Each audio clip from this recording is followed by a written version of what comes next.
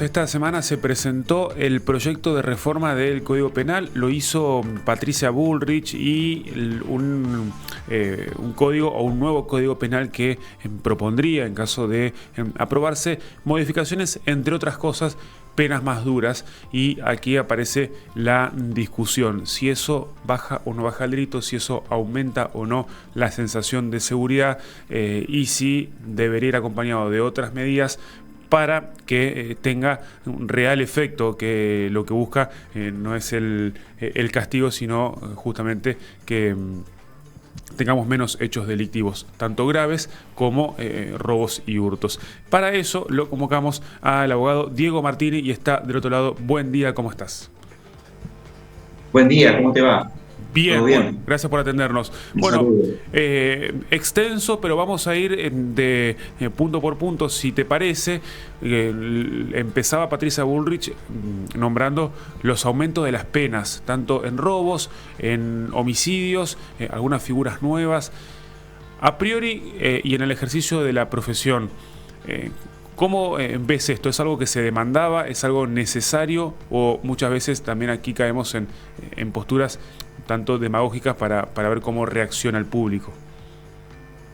La Argentina viene en un proceso de inflación de penas desde hace décadas ya. Yo creo que 2 décadas seguro. Los delitos cada vez tienen penas más graves, pero paradójicamente el delito no baja. O sea, y no solamente las penas se endurecen, sino los sistemas de posibilidades de salidas alternativas a la prisión preventiva a cuando no hay condena. Por lo menos en Santa Fe, ante un delito de ciertas características, es difícil lograr una alternativa a la prisión preventiva. Si a eso le sumamos que el delito, cuando va a ser juzgado y condenado, va a tener penas más duras, uno esperaría, desde la lógica, que, bueno, justamente que los delitos bajen por el miedo que le puede dar a quien los comete de ir preso, ¿no? Sin embargo, eso no sucede.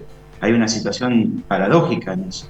Creo que antes más, tal vez ahora no tanto, pero los operadores jurídicos tenemos la idea de que subiendo las penas no alcanza, por lo menos vamos a decirlo así, que por lo menos es mi humilde opinión, ¿no?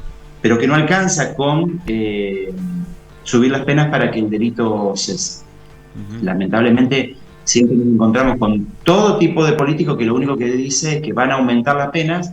Lo que no le dicen a la gente es que una vez que cometieron, mejor dicho, que la pena va a ser aplicada es porque el delito ya se cometió. Y la idea es de que no se cometa, ¿no? Ujú. Sí, sí, bueno, el carácter punitivo de un código penal que va sobre la consecuencia de la acción y no previene, o sea, tampoco tiene ese espíritu el código penal. Que la legislación penal no está tanto para prevenir el delito. Ujú. Después hay otras cuestiones. En los delitos complejos que uno entiende de narcotráfico, de trata de personas, delitos que obviamente ahí se necesita inteligencia criminal para prevenirlos, para ver dónde están las bandas, cómo operan, qué clase de financiamiento, dónde invierten el dinero, ahora con las billeteras virtuales, etcétera. Faltaría eso. Y en los delitos más comunes, bueno, falta una política social. Ujú. Perdón, es mi humilde No, opinión, no, ¿no? ni hablar No estoy porque... diciendo que los delincuentes son todos buenos y que la sociedad tiene la culpa, simplemente estoy diciendo que no alcanza con eso, Claro, lamentablemente. Diego Lautaro te saluda. Siempre cuando vuelve Una buena. sobre el punto de la discusión, o en el eje central de la discusión de reformar el Código Penal, me gustó cómo arrancaste porque estás como deconstruyendo palabras o frases hechas, y una de esas es: hay que terminar con el garantismo en Argentina, no se puede, llevamos muchos años dentro de ese clima. ¿Eso existe hoy? ¿Qué opinada tenés sobre esa especie de garantismo que existe alrededor o en torno a los delitos? El garantismo es el derecho penal liberal. Ahora que está de moda el liberalismo, es justamente el individuo frente al Estado que le dice: hasta acá llegás, porque después de tu posición, de tu fuerza punitiva, empiezan mis derechos. Bueno, eso es el garantismo. Lo que dice la Constitución es el garantismo. No, no es una construcción política. Se lo bastardeó, eh, sí, se lo bastardeó durante décadas, y uno ve en cualquier noticiero que se lo sigue bastardeando y se lo asocia enseguida a Zaffaroni y el zafaronismo. Más allá de compartir o no algunas cuestiones con el doctor Zaffaroni, que fue profesor de profesores, lo cierto es que lo que se buscaba lo que se busca es, con el derecho penal liberal, el derecho penal mínimo, es justamente no darle todo al Estado para que pueda hacer lo que quiera, porque ¿cuándo pasó en la historia de la humanidad que el Estado, de alguna manera, digamos, el poder, pudo hacer lo que quiera? En la antigüedad y en la Edad Media. Entramos en la edad moderna, más allá de que estamos en la posmodernidad, podemos decirle, pero entrada en la modernidad, nosotros le quisimos poner límites al Estado. Toda nuestra constitución vigente al día de la fecha es ponerle límite al Estado y decir, esto podés hacer, esto no podés hacer, y todos estamos bajo la órbita de la ley, ¿no? Por lo menos desde el punto de vista teórico. Después sabemos que en la práctica... la práctica, los hechos son los hechos y el derecho a veces es el derecho de ser un profesor en la facultad, cuando yo me formé. Claro. Diego, y en ese sentido, justamente yendo a la práctica, ¿crees que existe, esto lo pregunto muy desde el desconocimiento, un modelo de código penal al que está apuntando esta reforma? Yo creo que la reforma, primero, que no creo que sea de Patricia Bullrich o del gobierno actual, es un proyecto que ya viene macerándose. Quiere unificar, eso está bueno para nosotros los operadores jurídicos, tener todo en un solo código. Nosotros estamos formados en trabajar así como existe el Código Civil, tener todo ahí, toda la vida civil en un solo libro, por decirlo de una manera, y tener toda la vida, entre comillas, penal en un solo libro también está bien. Por eso aumenta mucho la cantidad de artículos, de 200 y pico se va a 900 y tanto. Es un código viejo ya el nuestro, que tiene un montón de reformas, pero no deja de ser un código viejo, eso está bien. Ahora, después será cuestión de debatirlo. Uno de los problemas que yo veo que siempre pasa con estas leyes importantes es que no se maceran, no se discuten, enseguida se toman posiciones y yo sinceramente lo que estoy diciendo tampoco estoy absolutamente seguro de que sea así. Tal vez una posición contraria a lo que yo estoy diciendo me hace reflexionar y cambiar algunas ideas, y bueno, de eso va a salir la mejor legislación, ¿no? Es una práctica que en la Argentina hace rato que no tenemos, eso de, capaz que el de enfrente tiene algo de razón, lo voy a escuchar porque capaz que mi posición no es tan brillante y escuchándome yo me siento tranquilo conmigo mismo.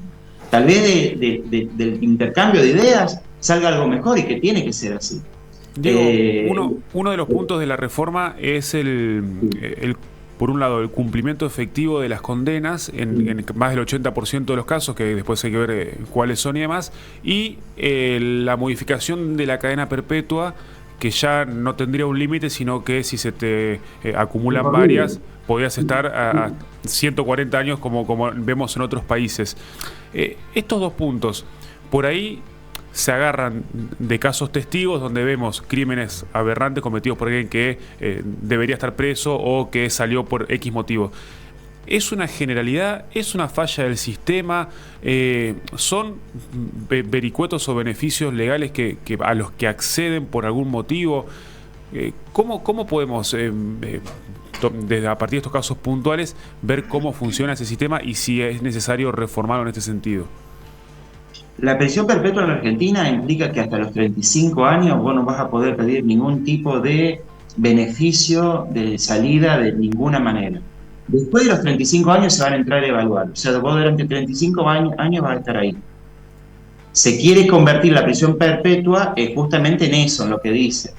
Es posible que la declaren inconstitucional, porque hay un montón de tratados internacionales que tienen a la pena como la manera que tiene el Estado de reformar una conducta o dar un castigo para que esa persona pueda reflexionar sobre lo que cometió en 2, 5, 10 o 35 años, depende de la gravedad, porque hay delitos que son gravísimos, lacerantes, y entonces la pena tiene que tener una función, no solamente la de encerrar.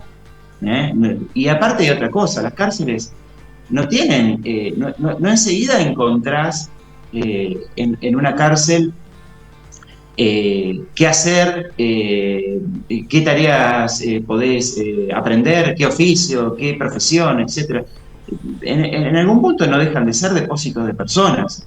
No, además, Diego, no estaría teniendo en cuenta Perdón. Disculpa. Sí. Disculpa, yo entiendo en algún punto que una persona que cometió un delito gravísimo tiene que estar mucho tiempo preso. Eso, por Ujú. supuesto, yo lo comparto.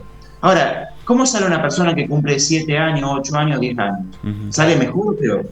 Claro. No, y a eso lo que iba a decir es si le agregás que las cárceles están superpobladas, que no sé si esta reforma la está teniendo en cuenta eso. No. Estaría buenísimo No. que lo tenga en cuenta. No, porque le tira el problema a las provincias, porque obviamente el servicio penitenciario es de cada provincia. Entonces, vamos a construir más cárceles y más, me animo a decir, más depósitos de personas, pero no estoy diciendo que los delincuentes son bonitos y que cometió un delito hay que No, se tenerle entiende, se la entiende. piedad. Eso será para otra instancia. En lo jurídico no tengo esa consideración, esa contemplanza. Ahora, también es cierto que esa persona va a salir y a mí me preocupa cómo va a salir. Ujú. Cuando no haya aprendido un oficio, cuando no haya terminado la escuela, cuando no haya sido, cuando salga más mortificado de lo que entró o más resentido. Sí, ¿Cómo va a salir? sí, son limitantes de por ahí estas reformas que también van sobre el impacto en la opinión pública, o al menos uno va repasando experiencias similares, y si el endurecimiento de penas no viene acompañado con programas de detección temprana, con mejora del planeamiento urbano, con mejoras en la educación, la escolaridad, etcétera, y también de reforma dentro de los penales, porque hay experiencias que muestran que son más los que aprovechan la oportunidad si se les presenta que los que no dentro del sistema carcelario, pero si está esa posibilidad. Y ahí preguntarte como profesional si dentro de el mundo litigante y el mundo de los abogados esto se está pidiendo. No, nosotros prácticamente en general hablo, ¿no? Perdón, te aclaro la pregunta. Cuando vos en un juicio vas de parte de alguien que sufrió algún hecho ilícito, ¿sentís la necesidad de que el Código Penal te habilite a pedir más años de los que hoy permite? No podríamos. Hay una cuestión de principio de legalidad, entre otras cuestiones, que también va a tener en cuenta la cantidad o sea, un delito va de cierto monto de tiempo a cierto plazo y no se podría exceder a eso. Pero en los cafés Sí, decís, uno puede ¿cómo no es más alta la pena? ¿Cómo? Que cuando en una charla de café con otros abogados no hablan de por qué no es más alta la pena. O sea, ¿es una necesidad hoy, por lo menos de parte de ustedes, de que haya una reforma en este sentido? No, yo creo que los abogados en general, y me animo a decir todos los operadores jurídicos, vemos que muchos delitos están tienen lo que se denomina inflación legislativa, o sea, se le da demasiada pena a determinados delitos. No quiero decir cuáles porque no quiero herir susceptibilidades, pero bueno, hay delitos que tienen demasiada pena, pero porque siempre se legisla con esa idea de decir, bueno, le voy a dar, no sé, 200 años, y uno parecería que con eso ya está, dice, este tipo no va a cometer nunca más un delito, y nadie se va a atrever a cometer más ese delito, y no pasa así. Porque, a ver, yo sí estoy diciendo esto, no lo estoy diciendo porque recién salí de la facultad, que de hecho no recién salí de la facultad, por cierto, pero de alguna manera lo ve en la práctica. Uno, lo que te dije al principio, uno tiende a pensar que más grave la pena, menos ganas de cometerla van a tener. Sin embargo, el delincuente no sale a la calle pensando en qué pena tiene. El delincuente sale a la calle, o quien va a cometer un delito, porque tampoco quiere decir el delincuente como si fuera una cuestión de naturaleza, quien va a cometer un delito no está pensando en general si lo agarran cuántos años le van a dar. Es más, piensa que no lo van a dar. Y ahí está donde no alcanza con una reforma legislativa que tal vez es necesaria, yo creo que es necesaria, porque el código es viejo, porque hay un montón de leyes especiales pululando por al lado del código penal y demás, que está bueno que estén unificadas además, pero lo cierto es que no piensan en eso de, si sufre una pena, bueno, piensan en que van a zafar, y ahí es donde, como decía recién, en donde falta la prevención, falta política social, falta política criminal, falta política policial, etcétera, etcétera. Eso es lo que falta para que el delito se termine. Un buen código, un código que diga, che, yo te di todas las oportunidades del mundo y no las supiste aprovechar, ahora te castigo, ponele severamente, pero también un país que sea vivible. Ujú. Y me quedan un par de preguntas. Una en relación a lo que parece sensato a la opinión pública, pero tu opinión va a ser importante desde el lado profesional: la imprescriptibilidad de algunos delitos, algunos graves, algunos que uno puede decir, bueno, corrupción, pero en otros ya planteando homicidios, abusos, trata de personas que a veces tienen una caducidad y que ahora ya no lo serían si se aprueba esta reforma. ¿Cómo es ese punto? Y lo que pasa es que la imprescriptibilidad va a estar de la mano de que por ahí las investigaciones no se van a tomar en tiempo y forma. Total, el delito es imprescriptible. ¿Qué apuro tenemos si no lo encontramos y demás? ¿Se entiende? Puede jugarnos en contra eso. También puede sonar efectivo, si ahora es imprescriptible, pero si la persona no aparece, por ejemplo, el criminal, quien cometió el delito, no lo encuentran, ¿qué puede pasar con esa investigación? ¿Se va a hacer bien, mal? ¿Se va a hacer en tiempo y forma? Ojo con eso. Está bueno que el Estado en general tenga un plazo para investigar y, llegado el caso, que, bueno, se declare la prescriptibilidad. Ojo que la prescriptibilidad tampoco no es a los 2 días, no es ni al año. En delitos graves arranca recién a los 15 años, entonces ¿se puede alargar ese plazo? Tal vez sí, pero declararlo imprescriptible puede ser que, bueno, lo busquemos dentro de 30 años. A mí me parece que, así dicho, la reforma es más para quedar bien que otra cosa. No obstante, yo creo que seguramente debe tener un montón de cuestiones técnicas muy buenas. Creo que está hecho por un juez, Borinsky, creo que es el proyecto de él, que obviamente es un especialista y una persona que conoce mucho del mundo en el que trabaja. O sea, técnicamente tiene que estar bien. Ahora, las declaraciones que se hicieron en torno a ese trabajo, que técnicamente puede estar bien, a mí me parece que quedan más para que la gente se quede tranquila que otra cosa. Y es posible que dentro de un tiempo, ojalá que no, ojalá que yo esté equivocado, estemos en igual o peor situación. En igual o peor situación respecto a la tranquilidad ciudadana que tenemos que tener a los fines de, bueno, no hay tantos homicidios, no hay tantos abusos, no hay tantos robos, no hay tantos, etcétera, etcétera. No hay tanta sensación de impunidad como la que nosotros vivimos en la Argentina, porque creo que eso lo vivimos todos, esa sensación de que hay como un manto de impunidad sobre muchas cosas. Sí, sobre muchos delitos. Sí, bueno, y ahí irán esas cuestiones técnicas de por ahí quitar beneficios o al menos dar esa sensación. Hay una pregunta sensible que me surge, porque cuando uno va, si bien la sensación la sentimos todos de impunidad, de muchas veces de inseguridad, y cada muerte vale, cuando uno va a los datos de, por ejemplo, tasa de homicidios en América Latina, Argentina es uno de los más bajos, que no significa que seamos la más segura del mundo, pero es uno de los más bajos. Y por el contrario, los delitos predatorios aumentan.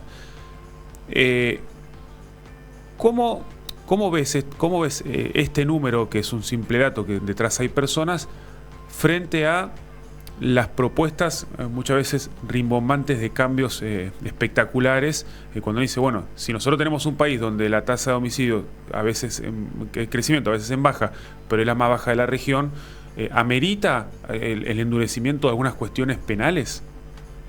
Mirá, es la más baja de la región. Yo creo que ese número es cierto, pero también es cierto que en comparado con la Argentina de cuando yo era chico, está alta. Bien. Yo me crié andando en bicicleta en la calle, y hoy es un privilegio, que en pocos lugares de la ciudad se puede dar. Entonces, Argentina tenía y tiene todavía la tasa de homicidios más baja de Latinoamérica o de Sudamérica.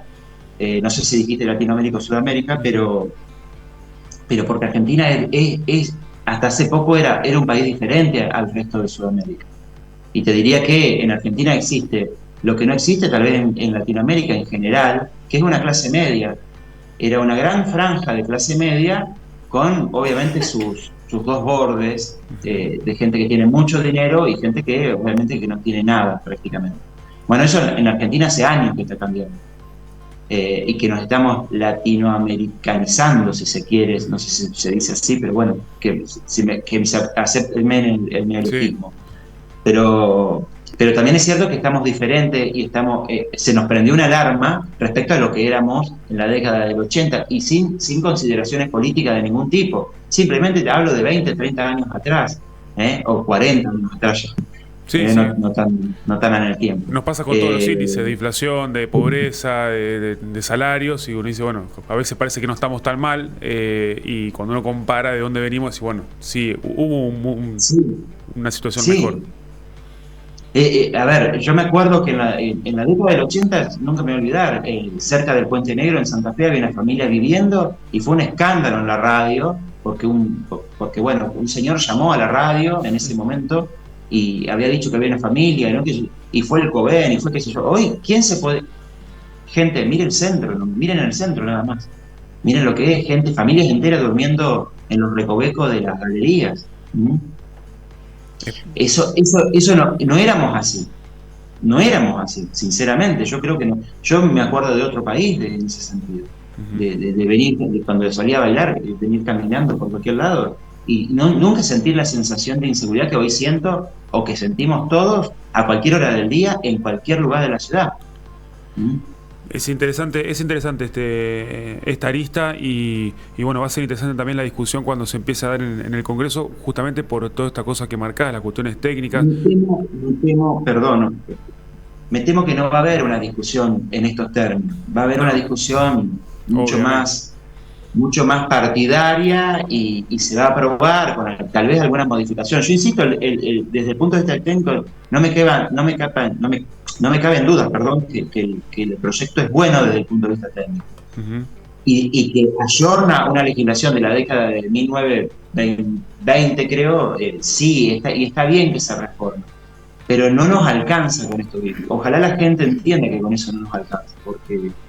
Porque bueno, como dije al principio, la legislación penal viene aumentando sus penas, y los regímenes procesales también vienen endureciendo las posibilidades de salidas alternativas a la prisión preventiva.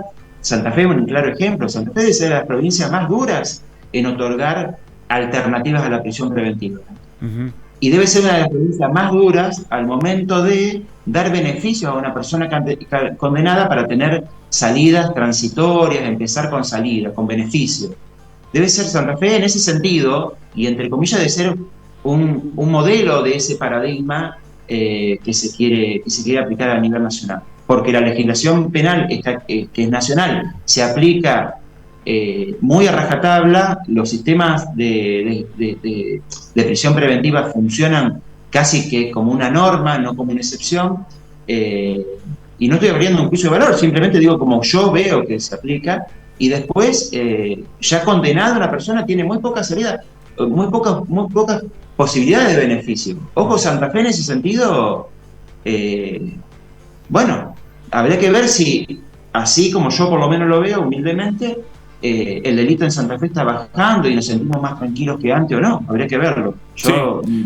Sí, o ese endurecimiento del sistema carcelario poder ir acompañándolo de, como decías hoy, de políticas sociales, pero es cierto que estos puntos de vista quizá falten, porque lo que estamos viendo siempre es en términos binarios. Sos zafaronista o sos creo que la otra doctrina, no sé si es Gunther Jacobs o uno de esos que... Lo que pasa es que ver las cosas así es una desgracia. Y en esta desgracia estamos todos, es la verdad. Sí, total. Pero bueno, la vida en blanco y negro es una desgracia. Muy pocas cosas se pueden ver en blanco y negro. Y bueno, lamentablemente en esto estamos todos. Pero bueno, ojalá yo esté equivocado y esto sirva. Yo creo que solo no va a alcanzar. Dios quiera me equivoque y alcance, y tengamos un país más tranquilo, porque aparte, por momentos, cuando uno se junta con una persona que sufrió un delito, realmente es mortificante cómo se vivencia eso. Nadie está hablando de que la víctima tiene la culpa ni nada, en todo lo contrario, por favor, que no se entienda así. Pero no alcanza, justamente para que no haya tantas. Yo lo que estoy diciendo, equivocado o no, es que para que no haya tantas víctimas, para que no haya tanto delito, me parece que tendríamos que ampliar por lo menos el foco, no quedarnos solamente en que la pena va a ser más dura. Diego, muchísimas gracias. Para cuando quieras convocado a la mesa de debate fuera de la grieta, te invitamos. La grieta es otra de las desgracias argentinas, lamentablemente. Venite un día y lo charlamos tranquilo, Diego. Muchísimas gracias por esta comunicación. Les mando un abrazo y saludos a todos. Por favor, gracias. Muchísimas gracias. Ahí estaba Diego Martínez, abogado. Estábamos consultándole algunos pormenores de la reforma penal, también qué piensan a partir de lo que sucede desde el mundo litigante y desde el mundo de las leyes, y así podremos ir sacando muchas voces, porque también hay representantes de los colectivos que lamentablemente conforman, de Madres del Dolor, como también parece que participaron aquí en el agravamiento de penas y creación de figuras para el manejo imprudente, en víctimas también de delitos graves que vienen también sufriendo algunas injusticias del sistema respecto a los perpetradores de delitos, y por otro lado la eterna discusión de qué hacer para prevenir el delito y para que aquellos que, entre comillas, caen por delitos menores no salgan peor de ese sistema carcelario que muchas veces tiene estas consecuencias por falta de políticas y por los limitantes también de nuestro Estado.